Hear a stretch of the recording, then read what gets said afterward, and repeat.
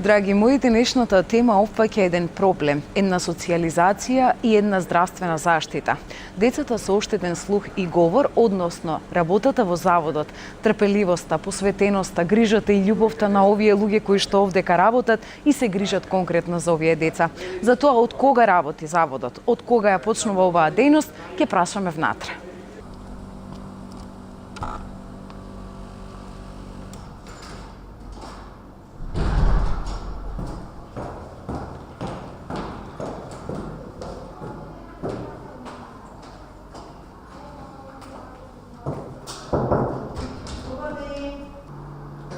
Добар ден.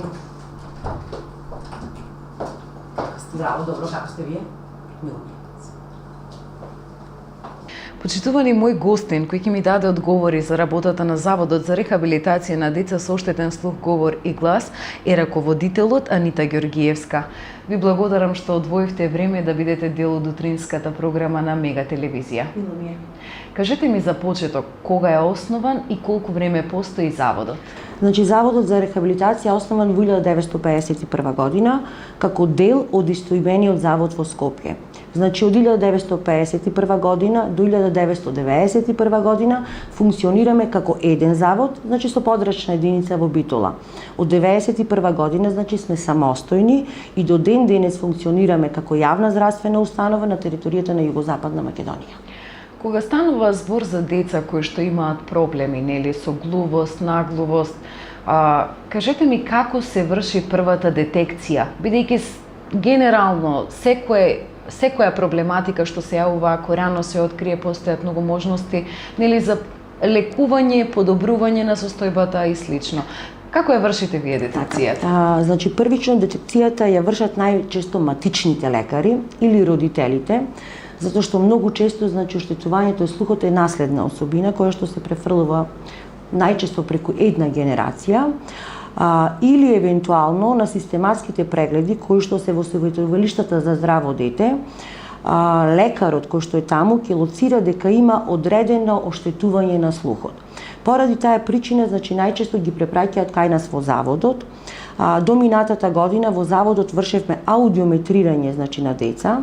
Меѓутоа, поради тоа што ние во нашата установа немаме лекари, најчесто ги препраќаме во клиничка болница во Битола, каде што имаме многу голема соработка, или во истоимениот завод во Скопје, за да можат од страна на лекари, значи целосен тим лекари, логопеди, сурдолози, аудиометристи да преценат колкаво е оштетувањето на пациентот, дали кај тој пациент е можно да се направи кохлеарен имплант, или евентуално ќе се носи одредена апаратура слушна, па за да можеме да започнеме со рехабилитација на говорот. Во овој временски период, значи, се случува исто така да имаме соработка со заводот Кочо Рацин од Битола, кој што е специјално училиште за оваа популација, за да можат пациентите кои што идат на рехабилитација во предшколска возраст, доколку не е можно да бидат во редовните училишта, да можат своето образование да го продолжат понатаму во нивното училиште. Колку родителите можат да помогнат откако една диагноза ќе биде поставена, нели, сите тие процедури ќе се поминат, ќе се констатира конкретно за што станува збор.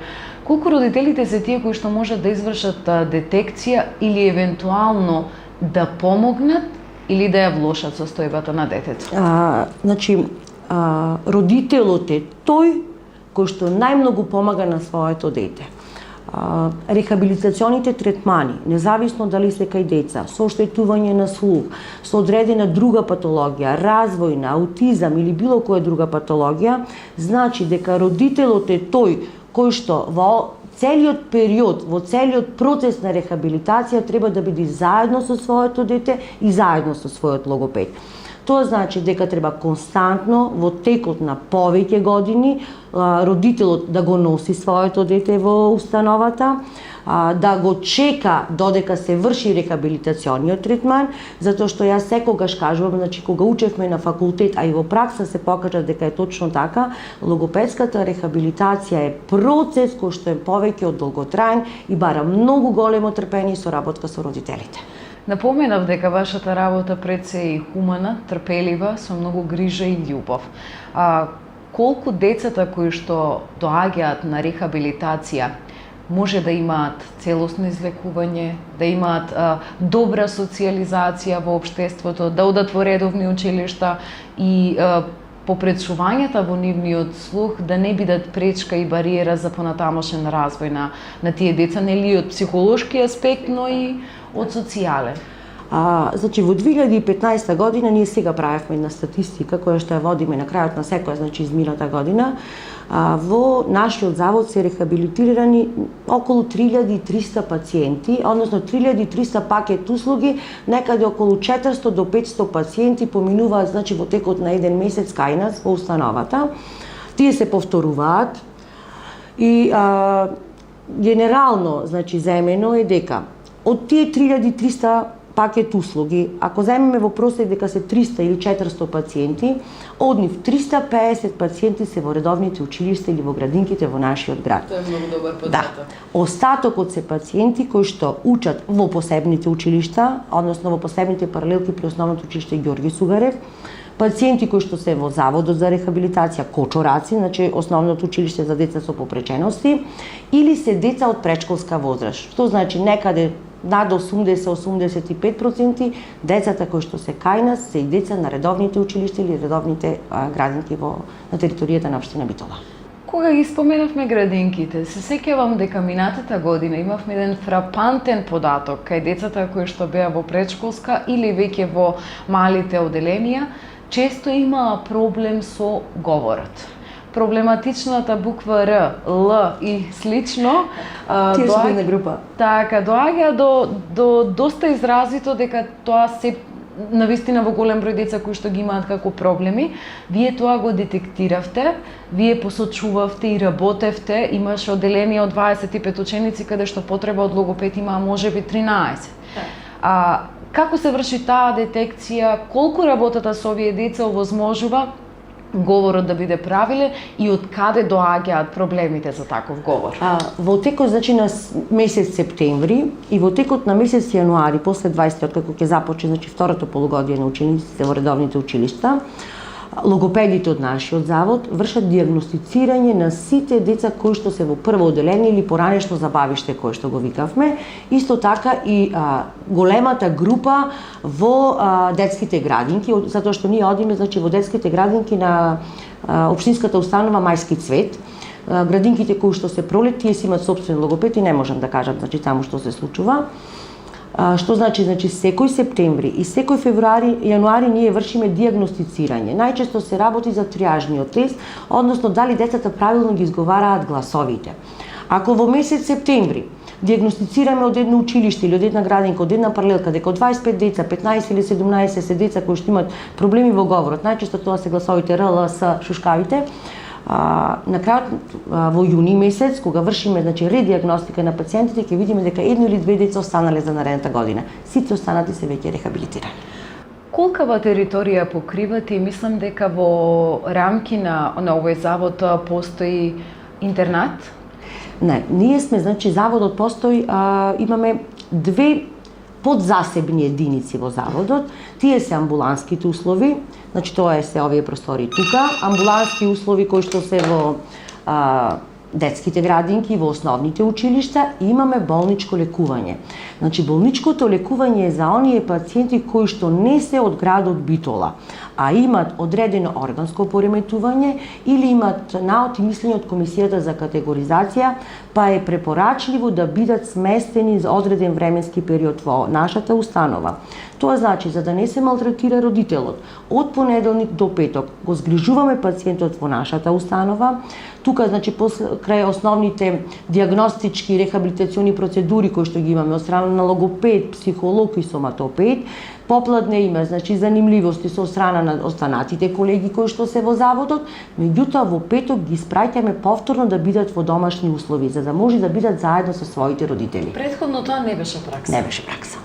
Да. Колкава е бројката на деца кои што во моментов ги имате тука и според мене, каков е сега резултатот кај тие деца кога можат сопствениот дом да си го посетат? Бидејќи претходно не беше така, претходно престојуваа долго време тука и со месеци можеби, родителите немаа можност да дојдат, децава не можеа да патуваат.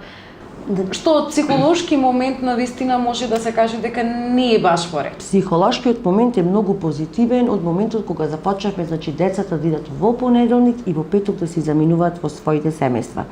Што значи во месец јануари минатата година 2015 имавме 7 пациенти на болничко лекување, сега имаме само 2. Тоа е доста добар резултат. Може ли да ми кажете како помина божикните, новогодишните празници? Имавте ли посети, имате ли донации, имате ли потреби од одредена апаратура како завод, нели кои што ви се потребни за самата работа? Значи изминатиот временски период, јас апелирам до нашите сограѓани, апелирам до институциите и мислам дека во изминатиот временски период наидовме на многу добра соработка да не посетуваат само за одредени празници. Значи, минатата година, 2015 година, беше исполнета со донации, присуство на надворешни лица во нашата установа во текот на целата година.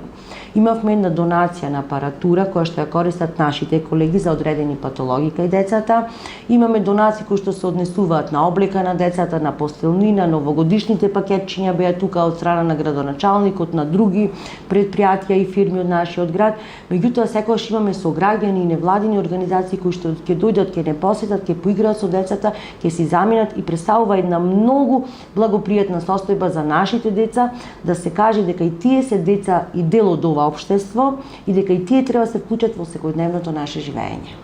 Пред крајот на ова интервју би ве замолила да упатите еден апел или совет до самите родители во однос на раната диагностика кај децата кои што постои можност да имаат проблем. Дали евентуално еве и слушањето гласна музика може да доведе до глувост, наглувост? Вака да ви кажам, значи родителите индивидуално ги гледаме проблемите, потешкотиите, индивидуално се соочуваме со проблемот дека нашето дете има одреден проблем, меѓутоа јас да ви кажам сум благопријатно изненадена од сите матични лекари во градот и од колегите лекари кои што се во советувалиштето и во Центарот за ментално здравје во Битола.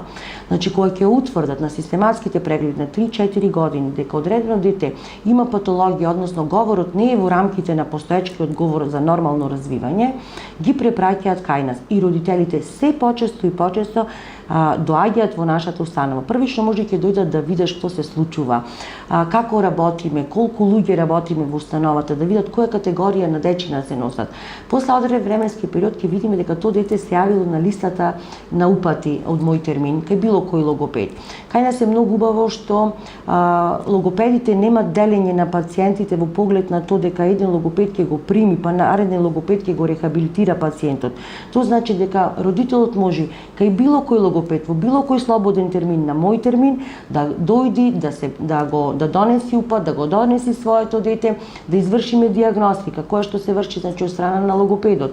Доколку логопедот види дека тоа дете има потреба од дополнително диагностицирање, секогаш го препраќаме со интерни упати до колегите соматопед и психолог. Доколку сметаме дека повторно треба некој исследување, го препраќаме до било која установа и заеднички на крајот кога ќе добиеме целосната анализа, кажуваме за типот и времето на третманот на пациентот, односно дали тој пациент му е потребно болничко лекување целосно, дневна болница, зашто што имаме околу 20 до 25 пациенти кои што идат предпладне, заминуваат попладно од нашата установа, или амбуланско лекување, ако е во градинка и во училиште, доколку може се рехабилитира во самото училиште, ако е малку потежок проблем, тогаш секогаш доаѓа во заводот.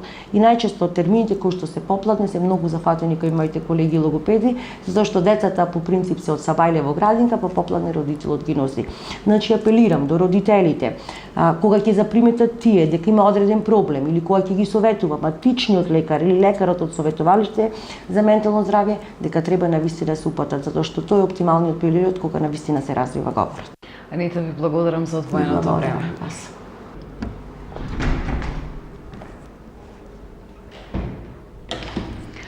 Почитувани, го слушнавте советот од раководителот на заводот. Внимавајте на слухот на вашите деца, бидејќи тој е многу важен за нивниот развој.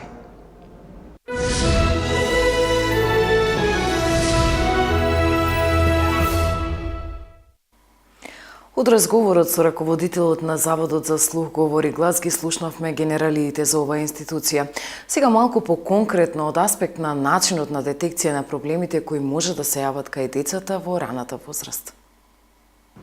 Јас сум Ѓоргиевска Елена, дипломиран дефектолог-логопед. Работам во установата близу 20 години во Заводот за рехабилитација на слух, говор и глас. И работата ми е пред се, значи, логопедска работа.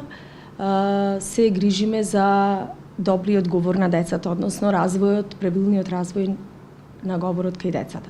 Кажете ми на почеток, како се врши самата диагностика на децата што имаат проблем со говорот? Како доаѓате до тие деца и како ги спроведувате овде институционално? Вака се има повеќе начини и патишта, значи децата во заводот доаѓаат со специјалистички упат од нивниот матичен доктор педијатар.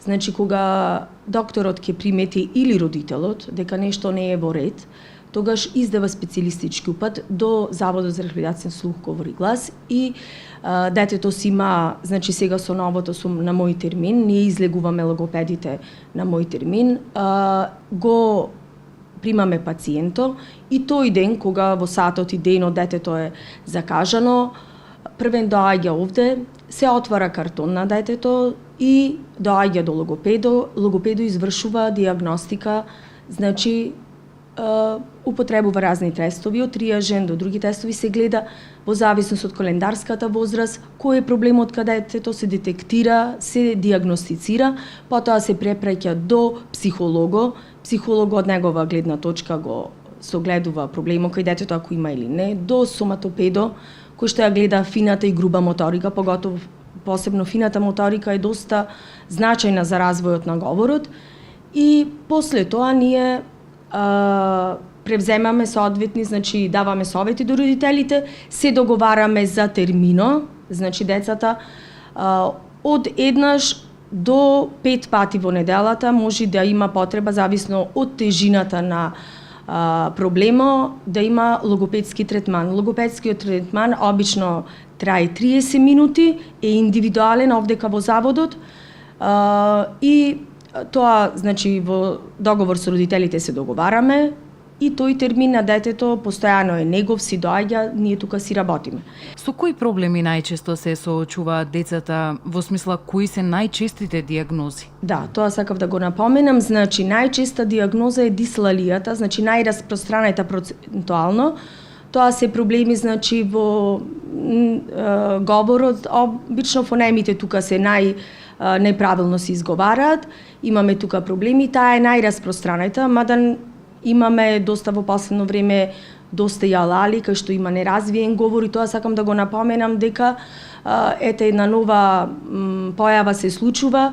Децата сега со новите технолошки напредок се повеќе се присутни пред компјутерите и пред телевизорите и обично гледаат цртани на странски јазик, најчесто англиски јазик, или играат игри на компјутерите и нема конверзација. Значи еден вака апел и совет до сите родители дека говорот на децата мора да се развива со зборување, значи наједноставните работи дома, дека треба да се зборува, да се има говор, детето да слуша мајчиниот говор да го слуша и да има комуникација.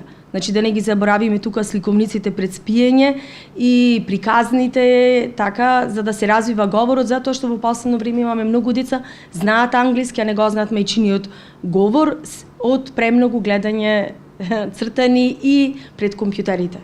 Покрај работата со специјалистичките упати од матичните лекари на децата, вие излегувате и на терен и вршите детекција и по самите градинки на децата од предшколска возраст. Како плански тоа се работи и се одвива? Вака ние, значи, повеќе години, над 30 години, имаме соработка со градинките и со училиштата во нашата општина и пошироко.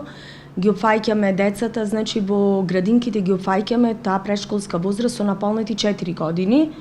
Ако има некој проблем, советуваме и порано да го донесат тука детето во заводот, значи ги гледаме, ги тестираме сите деца, и тие деца што се со наполнета 4 годишна возраст и кај што има проблем, ги земаме во група, значи ги комбинираме по диагноза, 3 до 5, 4 дечина во група со иста диагноза и работиме таму на терен, со тоа што доста им се олеснува на родителите носењето тука во заводот и децата, а и едно со друго си учат, се повторуваат работите, дека кај нас доста така треба да се повторуваат и некојаш им е монотоно, али слушаат едни од други, се учат и така на терен одиме, значи, зависно од бројот на пациенти, од еднаш до 3 пати може еден ист терен да биде посетен во неделата од страна на логопедо и тука се работи. Додека во училиштата ги опфаќаме само првооделенците, порано забавишните групи, сега првооделенците во деветолетка и во сработка со учителките, значи исто вршиме тестирање на сите првооделенци и после тоа ги земаме исто така дечината што имаат проблем, каде што ќе детектираме во група и се работи. Сега, кај оние дечина кај што сметаме дека е поголем проблемот, им советуваме на родителите плюс уште еднаш да бидат донесени децата тука во заводот за да може да се заврши комплет работата. Морам да напоменам дека за школските деца исто така кога ќе почнат со пишувањето и со читањето, тука исто понекогаш имаме добра соработка со наставничкиот кадар кога ќе детектира дисграфи, дислексии, значи проблеми во пишувањето и во читањето. Тоа може и да се деца со просечна или надпросечна интелигенција да го имаат тој проблем, а некогаш и самите наставнички, пошто не се обучени за тоа, не можат да препознаат дека тоа се дислексии, дисграфи и тие диагнози ги опфаќаме и тука, да речам, притекнуваме во помош кај дечината.